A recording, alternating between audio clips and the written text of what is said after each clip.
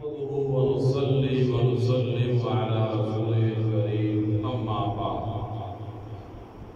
آج الحمدللہ 29واں پارہ، اس کی آخری جو چند صورتیں ہیں وہ تلاوت کی گئی اور 30واں پارہ تقریباً 112 آیت تلاوت کیا گیا۔ اللہ رب العزت اپنی بارگاہ علی میں قبول و منظور فرمائے۔ آج جہاں سے تلاوت شروع ہوئی وہاں اللہ رب العزت نے سورہ المدثر کو بیان فرمایا ہے۔ یہ وحی کی ابتدا ہے، میں اسی کو آج مختصر عرض کروں گا کہ حضرت محمد مصطفیٰ صلی اللہ علیہ وسلم غار حرا میں تشریف لے جاتے اور شریعت ابراہیم علیہ السلام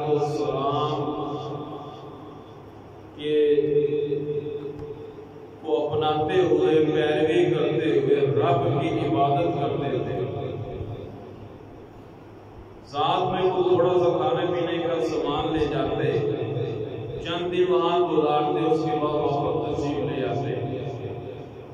ایک دن اللہ کی ایسی قدرت ہوئی، صحیح بخاری کی روایت ہے، آپ تشریف فرمائیں اپنی ترتیب کے مطابق آپ اللہ کی عبادت میں مشغول ہیں۔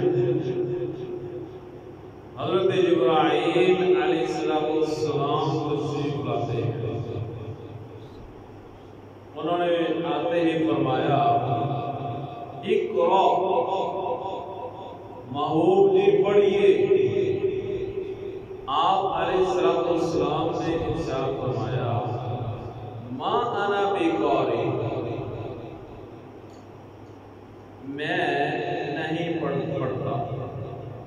انہوں نے زور سے اپنے سینے سے لگایا اور دبایا اور چھوڑا، پھر عرض کی محبوب جی اقرأ، پڑھیے۔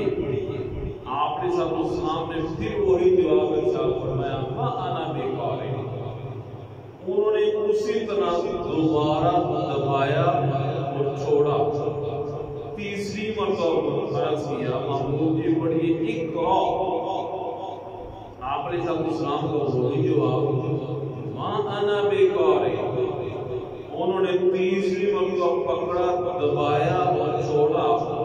اس کے بعد سورہ العلق کی پہلی 5 آیات کو تلاوت کیا۔ اقرأ بسم ربک الذی خلق، پڑھیے اپنے رب کے نام سے جس نے پیدا کیا۔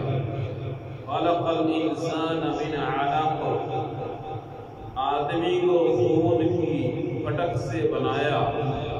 اقرأ، پڑھیے، وربک الاکرم، اور تمہارا رب ہی سب سے بڑا کریم ہے۔ الذی علم بالقلم، جس نے قلم سے لکھنا سکھایا۔ علم الانسان ما لم يعلم، آدمی کو سکھایا جو نہ جانتا تھا۔ اب آپ کے ساتھ اسلام ساتھ ساتھ تلاوت فرما رہے ہیں۔ جبرائیل رخصت ہو گئے، آپ کے ساتھ اسلام گھر تشریف لائے۔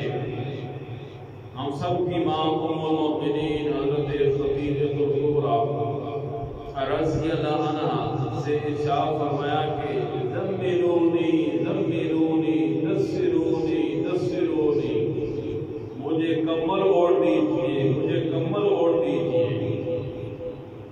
انہوں نے عرض کی محبوب جی کیا ہوا؟ آپ نے صلی اللہ علیہ وسلم نے پورا قصہ سنا دیا۔ حضرت خدیجہ الکبریٰ سلام اللہ علیہا ارشاد فرماتی ہیں کہ آپ بے فکر رہیں، اللہ رب العزت آپ کو اکیلے نہیں چھوڑیں گے، کیونکہ آپ کو جو صلہ رحمی کرنے والے ہیں اور جس سے بوجھ اٹھایا ہو اس کے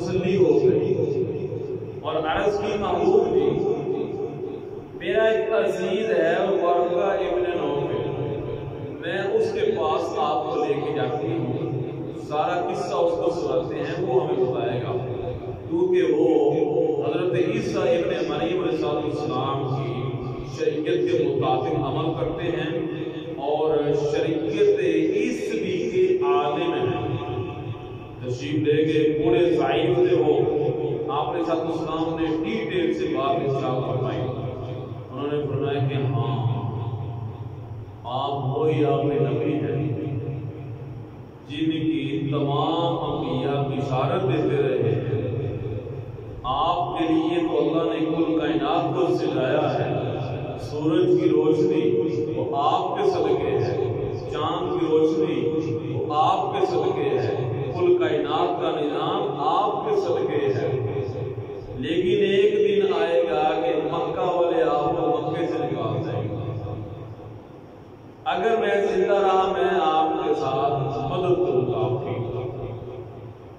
لیکن اس سے پہلے ہی وہ فوت ہو گئے، اب واپس تشریف لے آئے، آپ کے ساتھ اسلام کی زندگی امنگ پیدا ہوئی، آپ دوبارہ تشریف لے گئے، آپ انتظار میں ہیں کہ وہ کب فرشتہ دوبارہ آئے، فرشتہ نہیں آیا، ایک عرصہ گزر گیا، آپ روزانہ جاتے تھے کہ وہ فرشتہ واپس آئے لیکن نہیں آیا، ایک دن آپ تشریف فرما تھے، ایسے گھنٹیے بجنے کی آواز آئی، گھنٹیے بجنے کی آواز آئی، آپ نے صاحب اسلام نے ادھر ادھر دیکھا، کوئی نظر نہیں آ رہا، جب آسمان کی طرف دیکھا تو جبرائیل کرسی کے اوپر بیٹھے ہوئے، یہ وہ موقع ہے جس میں آپ نے صاحب اسلام نے جبرائیل کو اصلی کنڈیشن میں دیکھا ہے، جبرائیل وہ اصلی ہیں، صحیح بخاری کی روایت ہے ان کے 600 پارے ہیں، اگر وہ 2 بولتے تو مشرق اور مغرب سارا ڈھانپ دیا جائے، اور جبرائیل اتنا بڑا قد ہے 7 سمندروں کا پانی ان کے سر پہ ڈالیں ایک قطرہ بھی زمین پہ نہیں کرے گا، اور چند سیکنڈ میں وہ کائنات کے نظام کو ختم کر سکتے ہیں، جبرائیل علیہ السلام، یہ جو یہودی ہیں یہ جبرائیل کے دشمن ہیں، کیوں دشمن ہے جی؟ وہ کہتے ہیں جبرائیل تمام انبیاء کی طرف وحی لے کے آتے تھے، اب جبرائیل کو چاہیے تھا کہ وہ اسحاق کی لڑی میں سے کسی انسان کی طرف وحی لے کے آئے، لیکن جبرائیل نے بجائے اسحاق کی لڑی میں سے کسی کو چننے کے اسماعیل علیہ السلام کی لڑی میں سے حضرت محمد علیہ السلام کو چنا ہے، اس وجہ سے ہم آپ کو بھی نہیں مانتے اور جبرائیل کو بھی نہیں مانتے، ایک بات۔ دوسری وہ کہتے ہیں کہ ہمارے بڑوں کو جو تباہ و برباد کیا ہے وہ جبرائیل نے کیا ہے، لہذا جبرائیل تو ہمارا اصلی دشمن ہے، یہ پہلے سپارے کے دوسرے نصف کے اندر اس ڈیٹیل موجود ہے، ہم وہاں پڑھ سکتے ہیں۔ خیر، جبرائیل علیہ السلام کو دیکھا، اب انہوں نے دوبارہ آیتوں کو اتارا،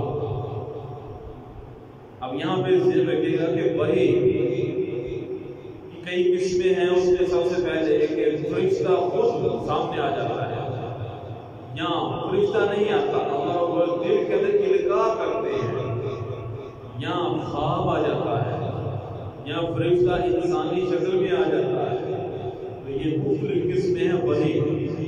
تو جبرائیل علیہ السلام جو آیتیں لے کے اترے وہ یہ تھی، یا ایھا المدثر قم فانذر، اے چادر اوڑھنے والے قم کھڑے ہو جائیے، فانذر بس لوگوں کو ڈرائیے، لوگوں کو ڈرائیے۔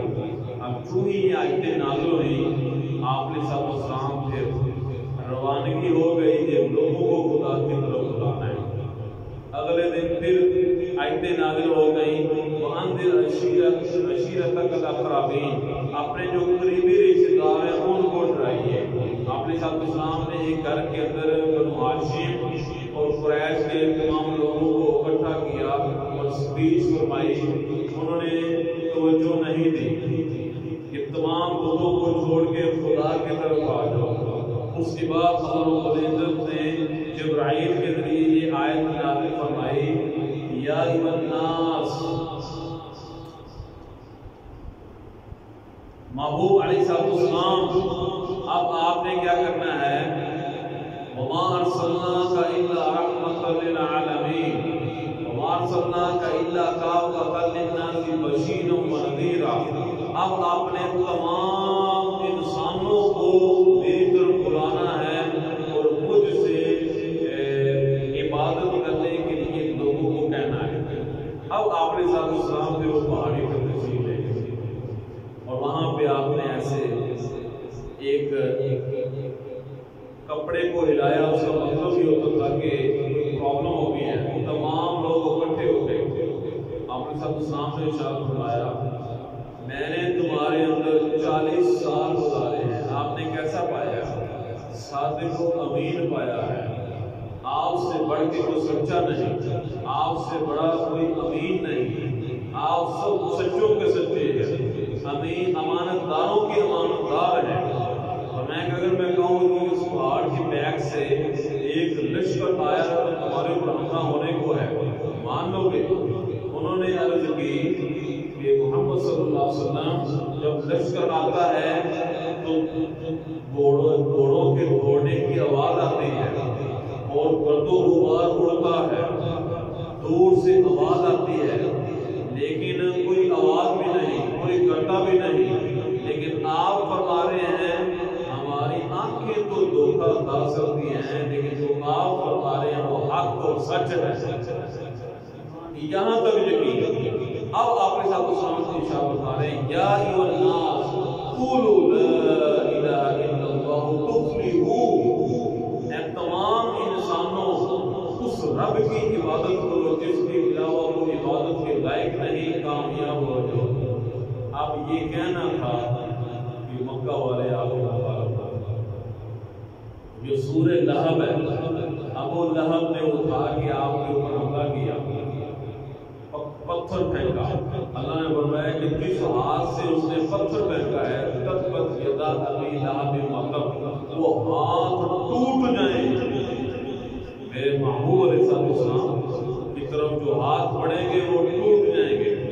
تو یہ پھر آپ علیہ السلام کا یہ سلسلہ شروع ہوا اور یہ پورا جو قرآن پاک ہے یہ جیسے جیسے کوئی واقعہ پیش آتا تھا، جیسے کوئی کوشچن کرتا تھا، جیسے ضرورت ہوتی تھی، تھوڑا تھوڑا نازل ہوتے ہوتے یہ 23 سال کے اندر مکمل ہوا۔ صحابہ و اہل بیت نے اس کو کتابی شکل دے دی اور ہمارے لیے آسانی ہو گئی کہ پورا قرآن مجید آج ہمارے سامنے موجود ہے۔ یہ ساری محنت اس کی ہے صحابہ اور اہل بیت کی۔ آخری گزارش ہے، اگر ہم صحابہ و اہل بیت کو چھوڑ دیں گے تو پھر اس قرآن کو کیسے کہیں گے کہ یہ رب کی کتاب ہے؟ اس کو جمع کرنے والے کون ہیں؟ صحابہ۔ صحابہ کو اگر سائڈ پہ کاٹے تو یہ قرآن کی سچائی کدھر جائے گی؟ اس وجہ سے صحابہ کرام کو ماننا پڑے گا قرآن کو ماننے کے لیے۔ اللہ ہم سب کو آپ کے ساتھ السلام صحابہ و اہل بیت، علماء کرام، اولیاء کرام سے سچی محبت نصیب کرے۔